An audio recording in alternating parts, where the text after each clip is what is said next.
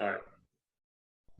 What's up, guys? Justin for the 330 Sports Show. Joining me is Boardman High School soccer boys head coach Eric Simione, but also Boston Celtic aficionado. And we also have men's basketball coach, assistant coach from the Purple Raiders up at Mount Union. We got Dave Spires. So we are going to talk about the upcoming matchup. We're going to focus mainly on the Boston Celtics, but we're going to talk a little bit about the upcoming matchup in the finals with the Golden State Warriors and the Boston Celtics. So Sim, you're the big Celtics fan here. I'm going to let you lead off. What are your thoughts on the upcoming series?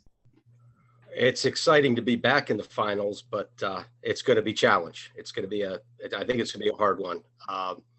Golden State, you know, if they didn't have those couple years with injuries, they could be running off 6 in a row right now. They're just that good. Defense is going to have to play spectacular. They're just hard to defend. Golden State can shoot the ball from almost anywhere on the court, and it's not a bad shot. So that's going to be really hard to do.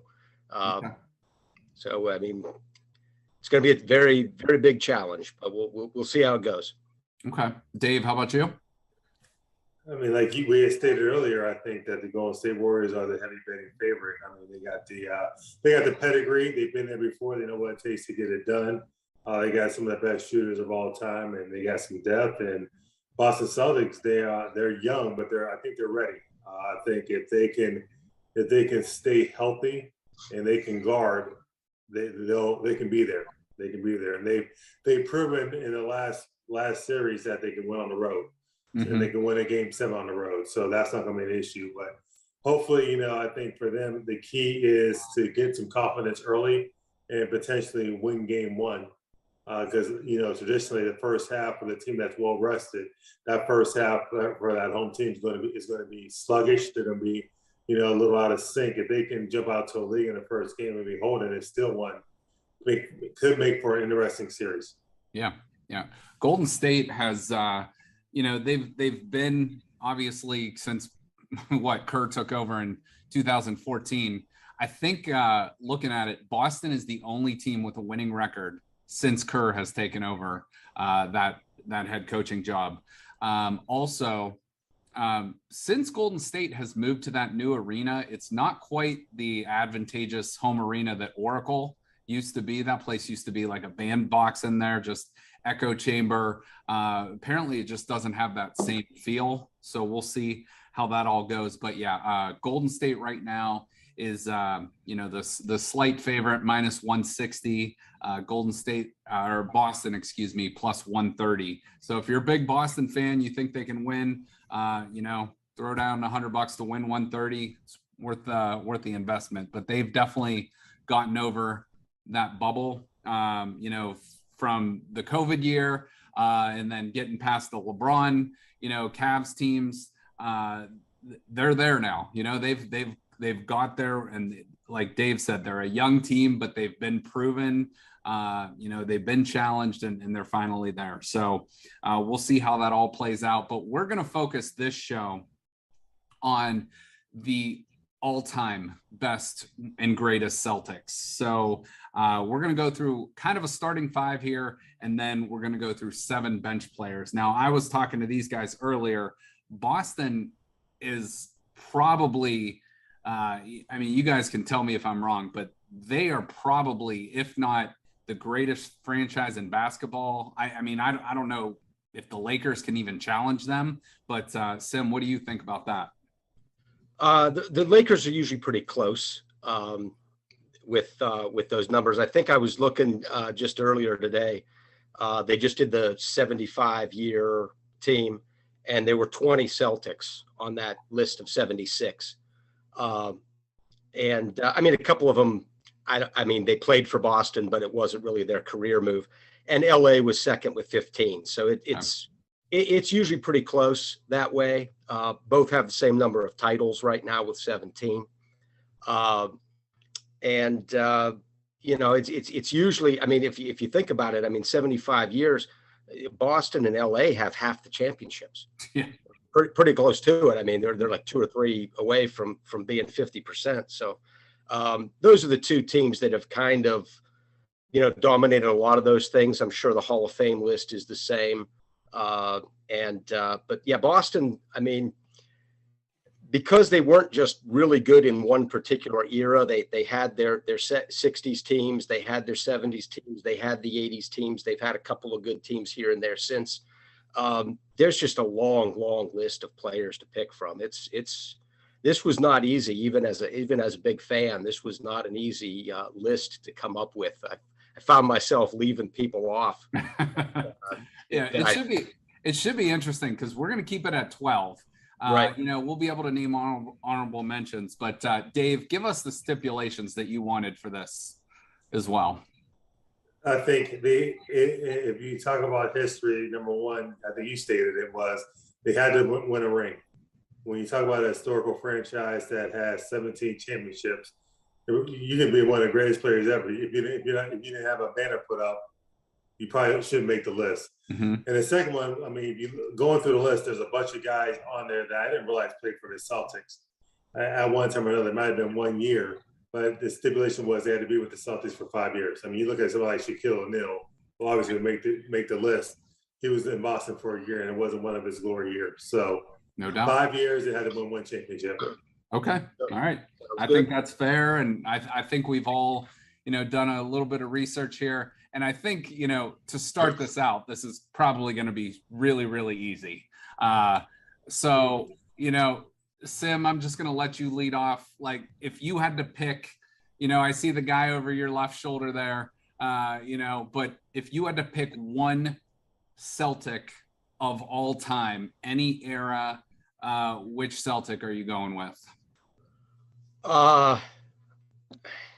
That's tough to start that way. I thought you were going to go down by position, but I got to start at center with Bill Russell. I have to go with Bill Russell. I mean, what he did was, I mean, I know people like to criticize it because it was from a different era and a different time and a different style, but I mean, I don't know that anybody has dominated any one sport for an entire decade the way Right. Bill Russell did. I mean, that was just, certainly he had a lot of great guys around him, but I mean, without Russell, I don't know that they do what they did. I mean, he's the center point of everything. And I think, as far as picking a center in your starting five, it would almost be blasphemous to not start with Bill Russell. No doubt. Dave, you agree? 100%. I mean, my man got 11 rings? Yeah. Starting in Bill Russell. I mean, and to think about what people don't tend to realize is the team that they went through to get there. And that was the LA Lakers that, had Jerry West, had Wilt Chamberlain, had Elgin Baylor. I mean, those are 3 top 75 players and 3 of the greatest, obviously, of all time. For them to just run rampant through there, I mean, he made Jerry West, Jerry West was depressed because he could not beat the Boston Celtics. I mean, that's nothing to sneeze at. I mean, and it started in it with Bill Russell. I mean, there's a reason why you have a trophy named after the guy. No doubt. Yeah, and sort of, the big man isn't used as much in today's game, but I mean, just the way that guy played. I'm looking at some of it. Well, first of all, he won a title in his second year. He came in the league in '56, and then he won his final title in his final year, which was, I believe, 1968. So, as Sim said, 13 years in the league. Listen to these are just his averages over his career: 15.1 points a game, 22.5 rebounds per game, and then 4.5 assists, basically. So over a 13-year career, you average 22.5 rebounds, and not to mention the 11 titles, which is untouched. The only 2 years that he didn't win, in 58, he rolled his ankle in like the third game of the finals, and that was just enough to hobble him. And I want to say it was the Hawks that ended up beating the Celtics that year. Okay. And then they kind of ran out of steam a little bit. They lost the 1 year, 67 was the year that they didn't win the other time. And I think that was that might have. I think Red Auerbach stepped away from coaching in 66, and Russell was actually player coach for 3 years, and they did win it twice with him in 68 and 69. But his first year, I think they just ran into too much with. I want to say 67 was the Sixers. Okay. Yeah. Okay. I mean, and just a player coach alone, that's unheard of, Right. Just, right. So, I mean, that automatically puts him on this list. A lot of people forget that or never even knew it. I had no idea. Yeah. He was the player coach. Wow. And not to also mention all the stuff that he went through from a racial aspect of it, and what he went through up in Boston. I mean, he was loved/hated at the same time in his own city. And you're talking about a guy that was the pinnacle of, a franchise that wasn't known to play black players in the 60s. And for him to be able to overcome what he did and succeed off the court and on the court was tremendous. Yeah, his book Go Up for Glory is just a great read. Just really very involved in the civil rights movement. He was in the March of Washington and all of that. He was very, very involved in that. And arguably, whatever the debate is with, people have their feelings on LeBron, people have their feelings on Jordan, but you could put Bill Russell right up there as the greatest player in NBA history. If not, he's top 3. So, I'd put him right up there. I think just a lot of people is seeing is believing. And if you didn't see him play live, it's hard to, compare him with players today. But Bill Russell, arguably the best player in NBA history, and obviously going to go down here and as the starting center for the all-time Celtics. So Sim, let's go ahead to your next guy. You can pick any other position: point guard, shooting guard, small forward. Yeah, let's go with your point guard. I got to go back to the very beginning as well. I feel like it's got to be Bob Cousy. Okay. There's been some other good ones, but I mean, that guy, even watching film today, he's still very impressive with what he did with the basketball. Mm-hmm. He was something else. Yeah, and another guy that he overlapped with Bill Russell there for a bit. 13-year career, and averaged, numbers today that would make him a definite all-star. 18.5 points, 5.5 rebounds, 7.5 assists in his 13 years. Now that's over the course of his entire career.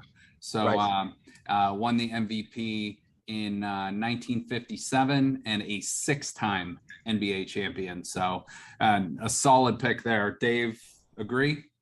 100% agree. Just a solid all-around point guard and the floor general on one of the all-time great teams. Him and Bill Russell were a dynamic duo along with John Havlicek. You talk about a big three in the era before big threes. That was it. Right. No doubt. Well, I think you just absolutely let us know. I think you just put us right into the next guy. So let's go John Havlicek here, right, with our shooting guard. Would you guys agree with that? Did I freeze up here?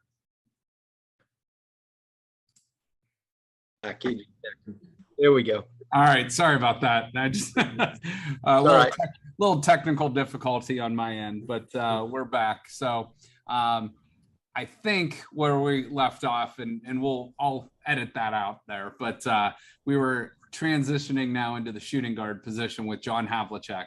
So, that would be my pick personally. Obviously an Ohio State Buckeye, a little homer pick, but a great shooting guard, small forward kind of combo for the Celtics.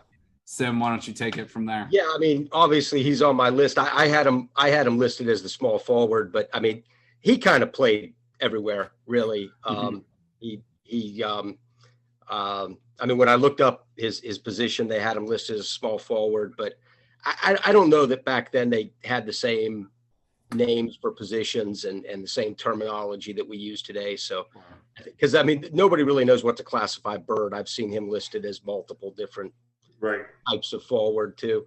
But yeah, I mean, Havlicek's got to be on your list. He's the all-time leading scorer for the Celtics, which I think surprises people. They don't realize that. And I mean, he was there for some of the '60s championships, and then he carried them to a couple in the '70s as well, when he was with a couple of the other newer '70s stars for the team. But yeah, I mean, Havlicek, I think, has to be in your starting five.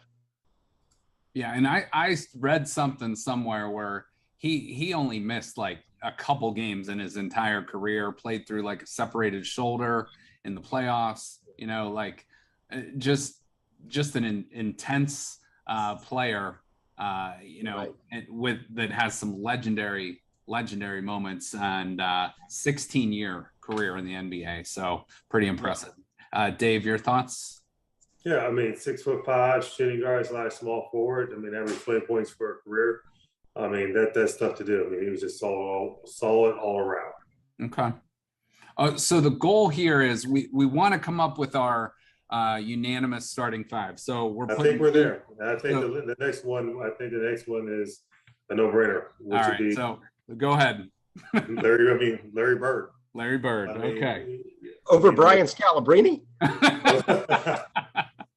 I thought you might be going Antoine Walker there. No. Chucky A doesn't make the cut. But it has to be Bird. Has to be. I mean, I was a Magic Johnson fan growing up, and you know, Larry Legend was the person you just loved to hate. Either, you know, when you grew up in the '80s, either you were Boston or you were LA. And then everybody else was just in between.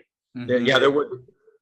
That was. I found a newfound respect for Larry Bird probably in the last 2 months, just on TikTok alone, listening to all the former players talk about what a trash talker Larry Bird was. I mean, you always heard the stories of Larry Bird saying he's going to tell you exactly where he's going to go, exactly what he's going to do, and then do it. But then when you hear like Gary Payton, Dominique Wilkins, all these guys that went up against them, just say how much he talked trash and just backed it up. It was unreal. I think the funniest story I recently heard was he was playing against Sean Kemp when Sean Kemp was a rookie, and Sean Kemp broke all of his high school records. And he goes to Sean Kemp, "Hey, you're that kid from Indiana that broke all my records, huh?" He's like, "Yeah." He's like, "Well, you're in for a long night today, Holmes." And he went and dropped 45 points, got 15 rebounds on him. I mean, between that and the guy played Atlanta Hawks and shot every shot left-handed, because he said he was saving his right arm for the LA Lakers in the next couple of days. I mean, who the heck does that? It still dropped like 18 to 20 on somebody. I mean, nicknames are given to earn. That's how you got the nickname Larry Legend. I mean, unreal.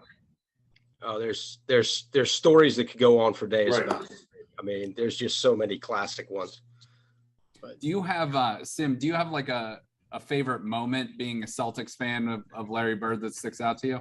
Oh, it's got to be when he stole the ball in Game 5 against Detroit in the Eastern Conference Finals. I mean, Detroit was all they had to do was throw the ball in bounds. Game's over, and Detroit goes up 3-2, and I think steals home court off of Boston.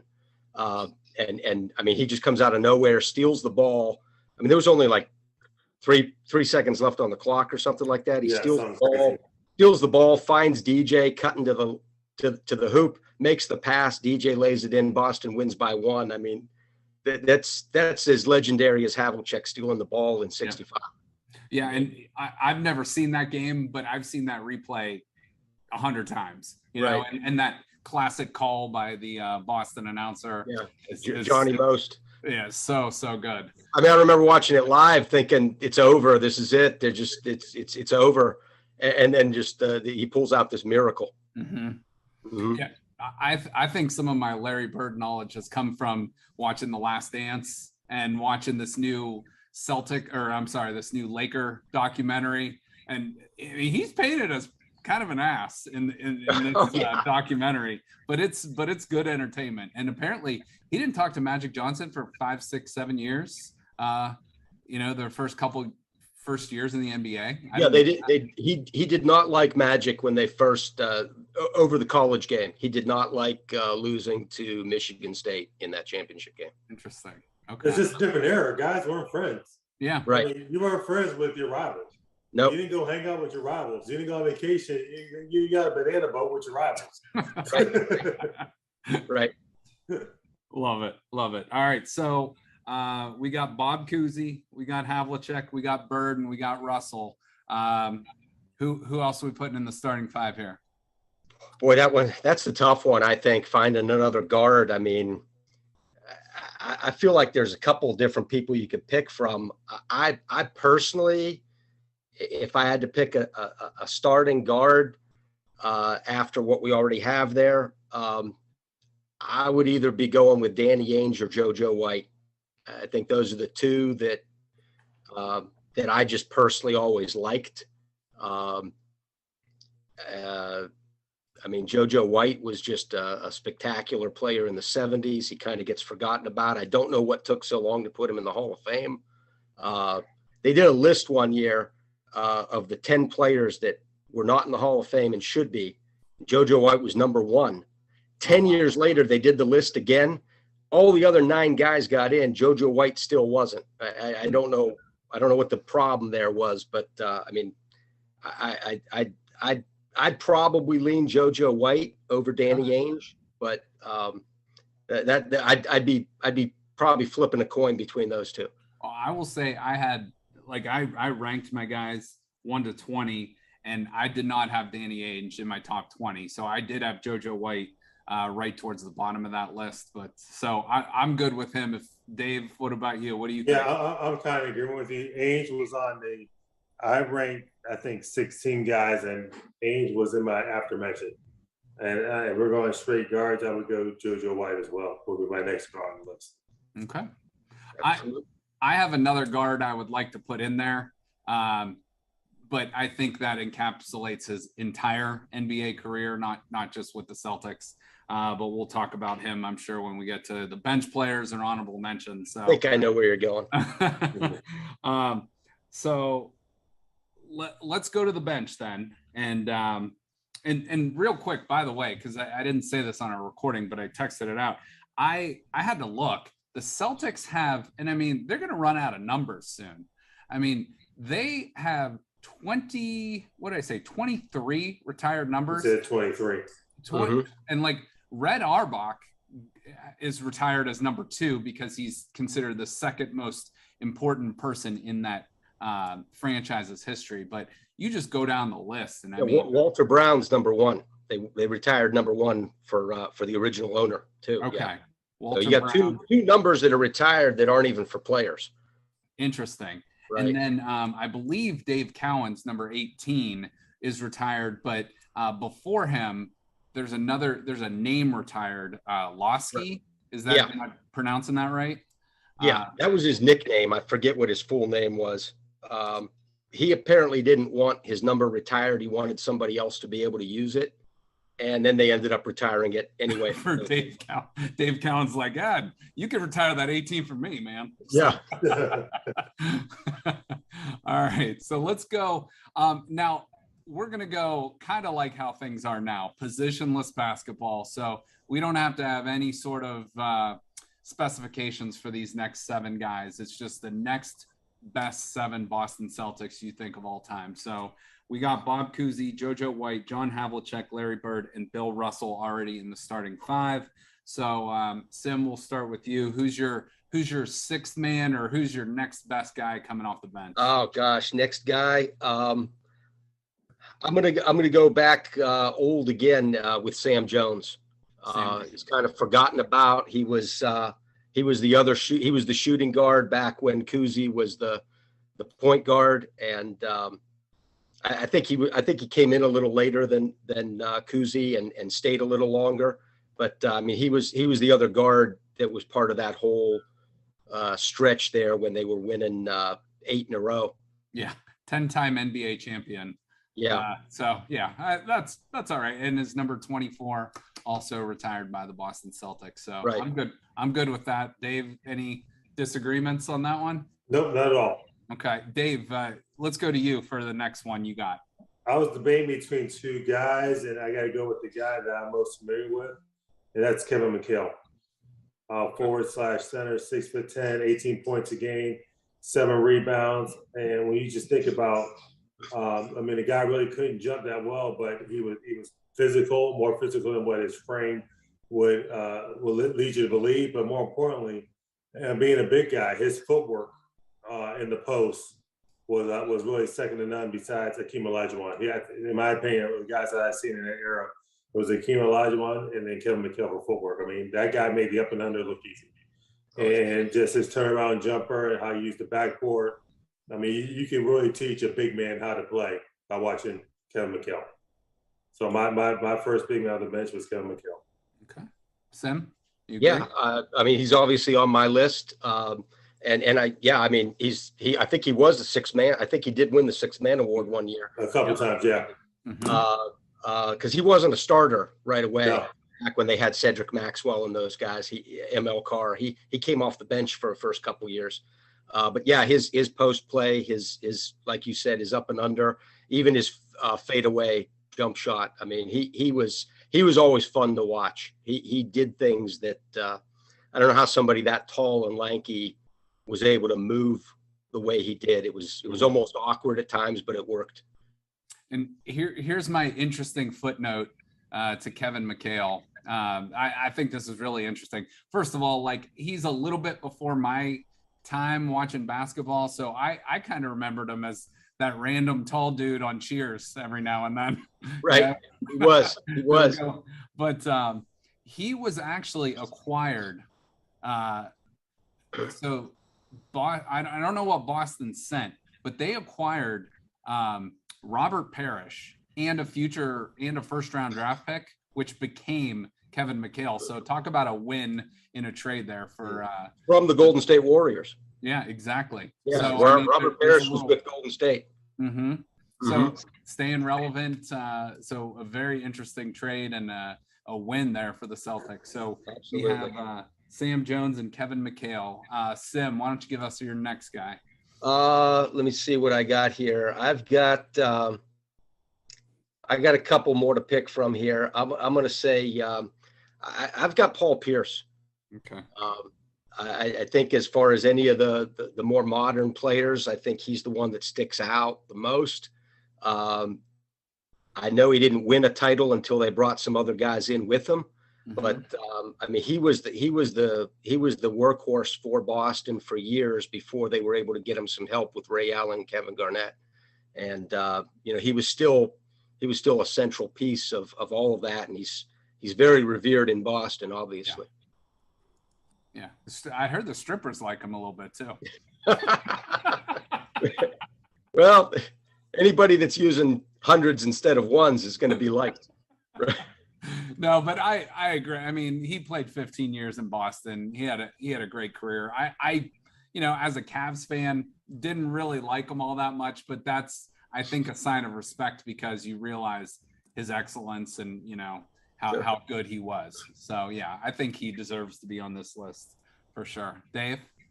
He's on the list. I won't put him up that high. I just think he is I just think he's a LeBron hater. I've seen him out in Vegas and he's a cornball.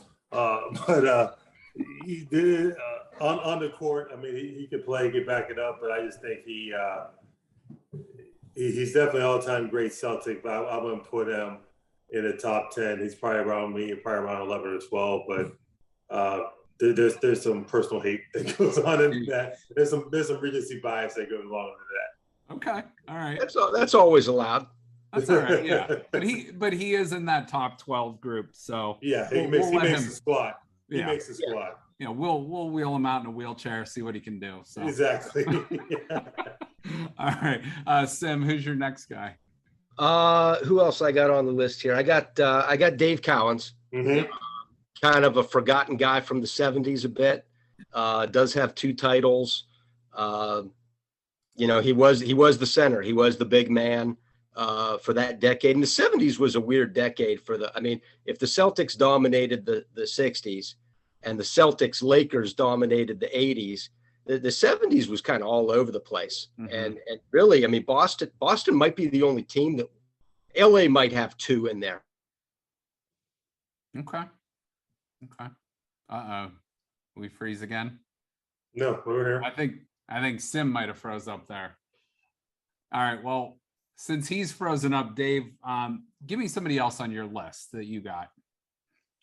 I got I'm debating between three guys, but I'm gonna go with longevity. I'm gonna go with Dennis Johnson. Dennis Johnson. Okay. And the reason why I'm going with Dennis Johnson, on every great team, you gotta have a quarterback. Yep. And he was the quarterback of those teams in the '80s, and he was just a leader. He got the ball where it needed to be. He had a lot of mouths to feed between Ainge, Parrish, McHale, Bird. He just did a good job of getting everybody involved, and also, creating his own shot. Averaged 12.6 points a game for his career. And 7 dimes. So he was one of those guys that just loved to hate, but he got the job done. He was a good defender for that team as well. Okay. All right. Very good. Dave, I don't know if Sim's coming back. We got about 2 minutes to go. So we got 2 spots left. So give me one more guy that you think should be on this list. Kevin Garnett. Garnett. Okay. Yeah. Garnett, what, big ticket? Big ticket, yep. He finally got Boston kind of over the hump with with that group there. Agreed. I love that guy's intensity. I'm gonna change that. Okay. You can't have a leaf without a team without the Chief. You got Robert Parrish. 16.5, 10 rebounds a game, went head to head numerous times with Kareem Abdul-Jabbar and held his own. I take the Chief over Garnett. Okay. 14 seasons in Boston. I think his longevity supersedes Garnett's 60. Okay. All right. Sim, you're back. I'm back. All right. Hey, we got 1 minute. Okay. So let me tell you who's on our bench and tell me who you would replace or add. So we got Sam Jones, Kevin McHale, Paul Pierce, Dave Cowens. I think that's where you left off. Then we since added Dennis Johnson, Kevin Garnett, and Robert Parrish. Would you take any of those guys off or add somebody else? No, I always liked Parrish. Parrish is the only jersey I actually own. Okay. No, I always loved Parrish, especially when he took down Bill Laimbeer. That was a great moment. Yes. Garnett was great. The only other one I had that wasn't mentioned there was Tommy Heinsohn. I think he gets overlooked sometimes, but like I said, when you start getting down to 9, 10, 11, 12, gosh, you're leaving Hall of Famers off the list. Yes. That's Nate Archibald, Cedric Maxwell, Ray Rondo, Ray Allen. Yeah. Ray Allen. Let me ask you this. This final question. How many years does Jason Tatum have to do what he's doing to get on this list? Make it to 5 years. Another 5 years? No, yeah. Make it to 5 years. I think he's close. I think he's probably the next guy that we would put on the list. Okay. He's there. Certainly if he wins this one, then he's definitely he's closing the gap there. Yeah. But he's so young yet. He's only 24. Right. He'll be there. I don't see any reason that he's not the guy for the next 5-6 years easily. Okay. And somebody that didn't make the cut because of he didn't win a ring. Rest in peace, Reggie Lewis. Absolutely. 17.6. That guy would have been in the top 5 easily. Always felt bad for Reggie. Just never had enough around him. Yep. All right, gentlemen. This has been fun.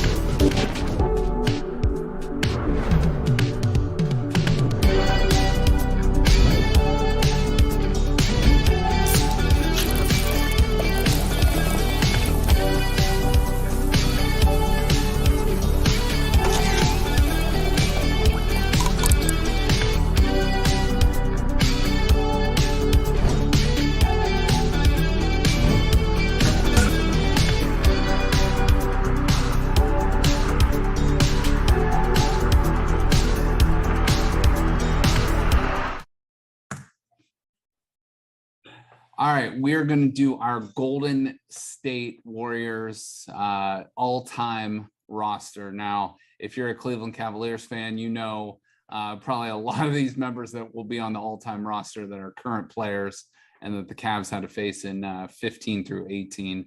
So Greg Kirchner is joining me with this. Dave Spires and Eric Simione, thanks to them for joining me on the Boston Celtics one. Golden State has a ton of great all-time players. Not quite as many as the Boston Celtics, but really, who does? But Greg, I guess just give me your initial impressions of this current Warriors team and, kind of the mini dynasty they've really had since like Kirk kind of came in. Yeah, it's been quite a run they've had. And it's like, we've talked about this a lot. Like I've hated them for so long because they were the biggest hurdle. They were the hurdle for the Cavs. Potentially could have had more championships if it wasn't for Golden State. But now that we're sort of, Cavs kind of in rebuild mode, I've come to enjoy this team a lot more than I used to, and really, really, especially, appreciate the greatness of Steph Curry. And what he's done for the game of basketball, and how he's changed the game of basketball. And boy, for them to win, if they can finish off the title this year and win this title, I mean, this would go, an extremely long way and cementing Steph's legacy. I mean, it was already cemented, but now you're talking about putting him kind of in the pantheon of, call it maybe even the top 10 all-time greats, getting into that rarefied air of getting another championship and kind of doing it where he is the star of the team. I mean, there is no real big three anymore or big four anymore. So the supporting cast they have is very deep, and yeah, this would be unbelievable for Steph's legacy if they can finish this off, and they could also go on a little run here over these next few years. No, they're still, for the most part, not a young team, but they have a lot of young pieces on their team, and this is I think you hit all the the major points. Like, if you're a Cavs fan, this is a team you disliked for many reasons and many years, but they definitely have earned the respect of the NBA, of the way they do things, the way they change, the way they've kind of changed their philosophy, changed the game, positionless basketball, like constant moving, whatnot. And obviously Steve Kerr has some good players to work with, but he's also come in and done a great job. So, great job there. So Greg, what we're going to do is we're going to kind of go through the all-time Warriors team. And, this is from their inception. But the caveat we did with the Celtics was they had to be on the team for at least 5 seasons or win 1 title. For Golden State, it's not quite, and it previously was the San Francisco Warriors, which is where they're located now. But for Golden State, we're going to make that 3 seasons or 1 championship. So we'll go through the minutia of that in a little bit. But let's come up with the starting 5 here. And so if you're you can pick anyone you want at any position. So who would you put first in the Golden State starting 5? Well, I think we just talked about him, so I'm gonna put Steph Curry at the point guard position, and I think there really is no explanation needed. He's arguably the greatest player they've had in their franchise history, although we are going to talk about somebody else that's pretty darn good too, but didn't win any championships. The championships, I think, is what sets Steph apart. No doubt.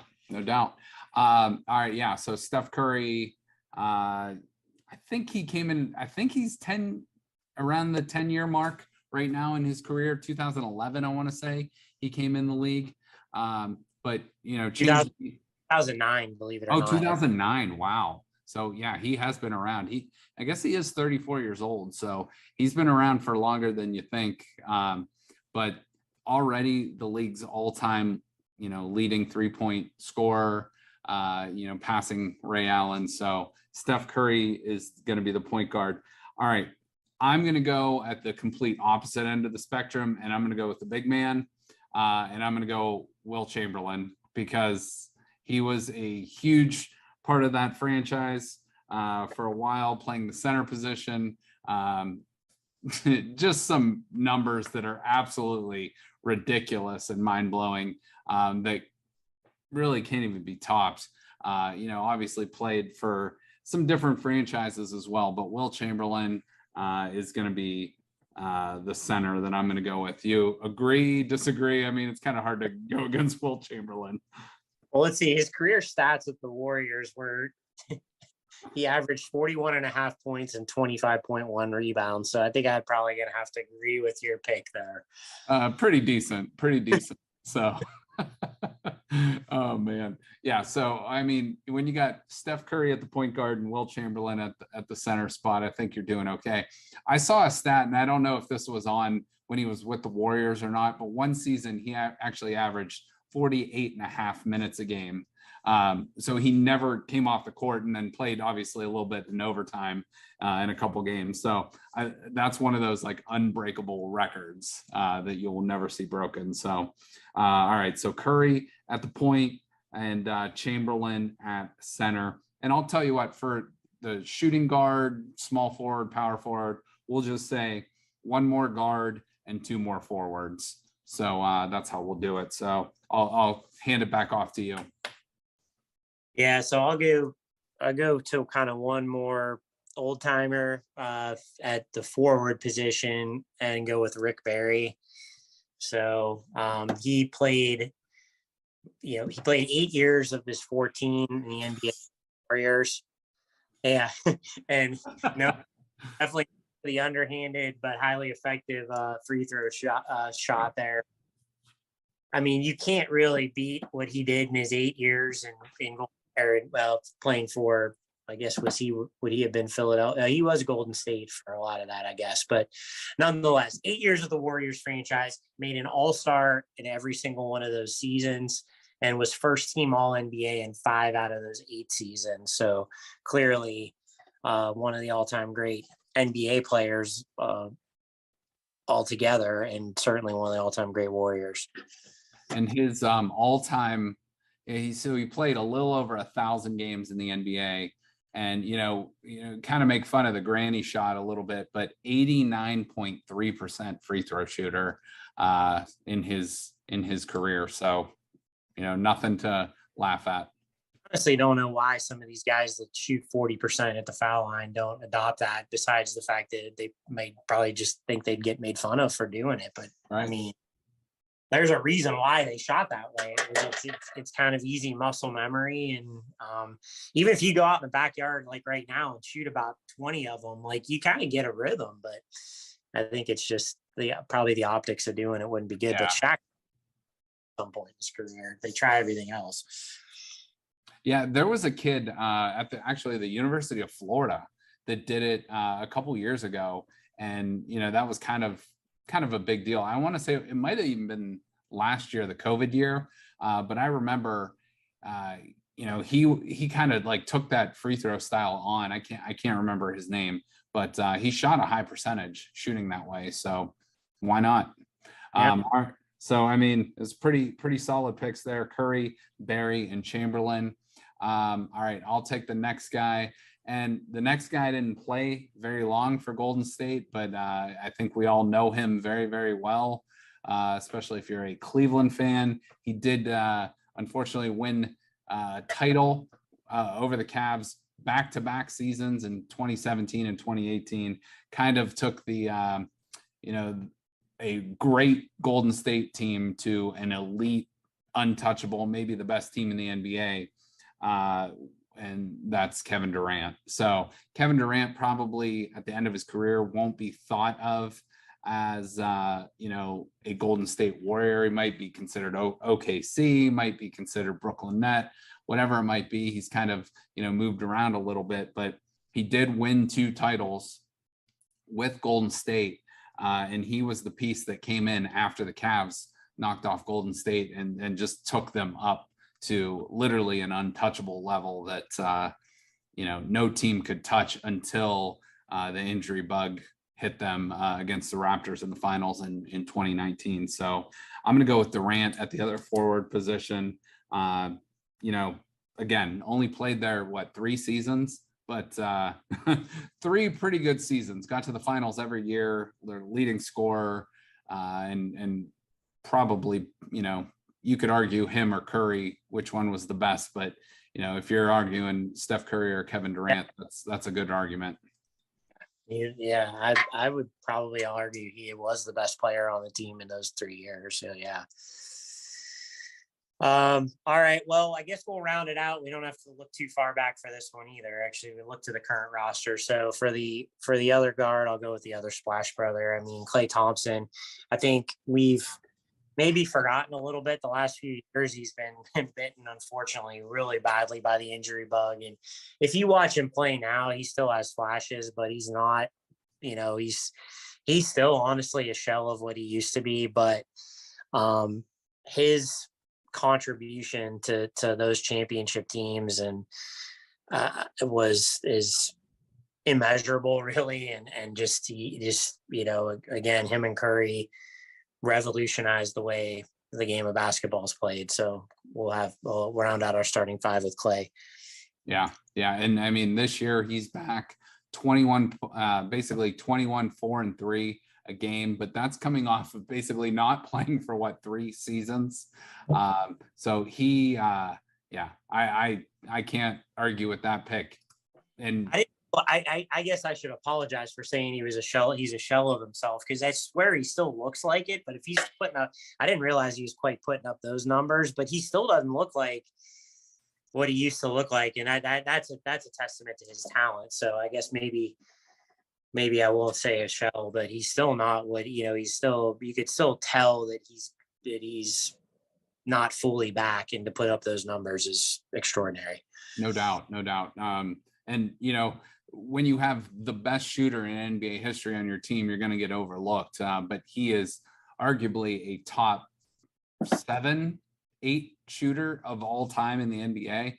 And there's been some incredible stats. I don't have them off my hand, but where he scored over 50 points in a game, taking something like 3 or 4 dribbles, which is just amazing. So to round out our starting 5, we have Steph Curry, Klay Thompson at the guards. We got Rick Barry and Durant at the small and power forward, or however you want to do it. And then our center is Wilt Chamberlain. So pretty formidable roster there for the Golden State Warriors. So Greg, we got 7 reserve spots left. And let me just preface this with one of my first choices would be Chris Webber if he qualified for this. But he won Rookie of the Year back in, I think, 93, 94, played for them another season in 2018. We were talking about it before, but that was kind of like to round out his career. But he doesn't qualify for our list because he didn't even play 3 seasons with them. He had kind of like a fallout with Don Nelson, who was the coach at the time. But it's crazy to think Chris Webber, I think that was maybe, I might have had like a Mark Price jersey, but Chris Webber is, I know he went to Michigan and stuff, but I loved him as a basketball player. And I think that might've been one of the first jerseys I ever owned, was a Chris Webber Golden State Warriors jersey. Crazy to think. So I don't know. So Greg, what do you think about, who maybe we can add to this list? Yeah, do we still want to go one at a time or pick a couple, or how do you want to do this? I'll just you just name a guy and we'll go with it. Okay, so I'll go back to a guy that was kind of in our generation when we were growing up. I'll go with Chris Mullin. Yeah, he was sort of a fixture with the Warriors. He played with them for over 10 years. So it was 12 years actually. And was one of the best players on that team, and he averaged over 20 points, 4 rebounds, 4 assists for his career. So solid player for a lot of really, good teams. I would say they never were championship caliber teams, but he was a great player growing up, and I think he was on the original Dream. Was he on the original Dream Team, or was he? He was. Yeah. So I mean, that just speaks to how talented he was as a basketball. Yeah, no, that's a great pick. I'm gonna pick my next pick's kind of a funny one. I think over my shoulder you can see the Cavs jersey. This guy actually has his number retired by the Cleveland Cavaliers, but Nate Thurmond was a Golden State Warrior or San Francisco. I'm not sure the era, but Nate Thurmond played, great basketball. Was a fantastic player. I'm gonna look up his stats real quick, but a Hall of Famer.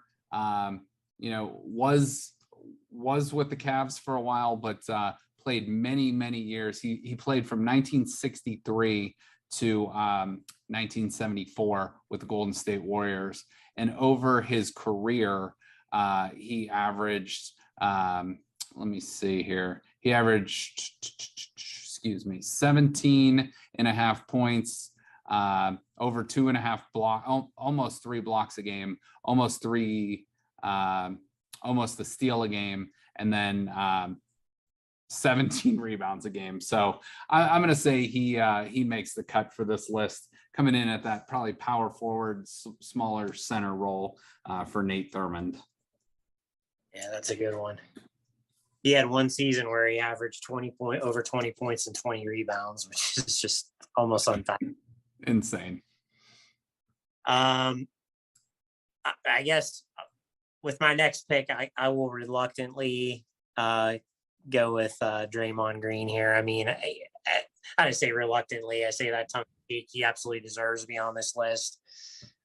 He's been a huge part of this team for a long time, and he's a stat sheet stuffer. He's a nuisance. Say what you want about him, but he is a guy that any NBA team would love to have on their roster, and make winning plays, and has put them in a position to win these titles. So he's been a fixture, a lifelong Warrior. So Draymond.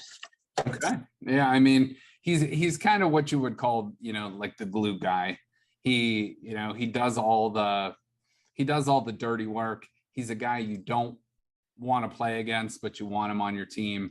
And I've come to, I'm going to say, respect him over the years. I still don't really like him all that much, but he's a really, really, really good basketball player that kind of took them from,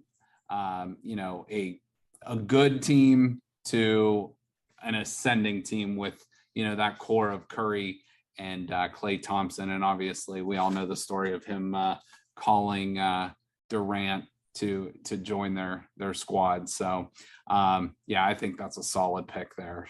So Draymond Green makes the cut as one of the 6 men in the, off the Warriors bench here of all time. So my next pick, I'm going to go, like, I have a few guys that I've, been looking at here, but this is a guy that played, back before our time, but he averaged 23 points, 9 rebounds, and 2 assists per game. Is a Hall of Famer, was a great Golden State Warrior. Didn't technically win the MVP we're talking all the way back to 1952, but his name is Paul Arizin, and I'm going to go with him. To kind of throw back to the old school, to give him the cut, and that's again somebody before our time, but somebody that well deserves to be on an all-time team for Golden State. So so my next pick, I'm gonna go back a little ways, but still kind of in our lifetime, and go with Tim Hardaway. Yep. He was, looks like he had about 8 years with Golden State. He had a kind of a stretch run of 3 all-star seasons before he got injured. which sort of derailed his career, where he had averaged about 23 points and 10 assists over a 3-year span. If you remember him from the killer crossover and those teams that they called Run TMC with him, Mullen and Mitch Richmond, who may or may not make the cut for us, but Tim Hardaway is my next bench player. Okay. Yeah, that's a solid pick there. I had him in my top 12. So I think I had him number 12 there. So he definitely would have made my cut. A few other, I'm just going to pull the trigger here and do it with Mitch Richmond too. You mentioned his name. I had him ranked at number 11. So I'm just going to go with Mitch Richmond. He averaged a little bit more than 22, 23 points a game in his 3 seasons with Golden State.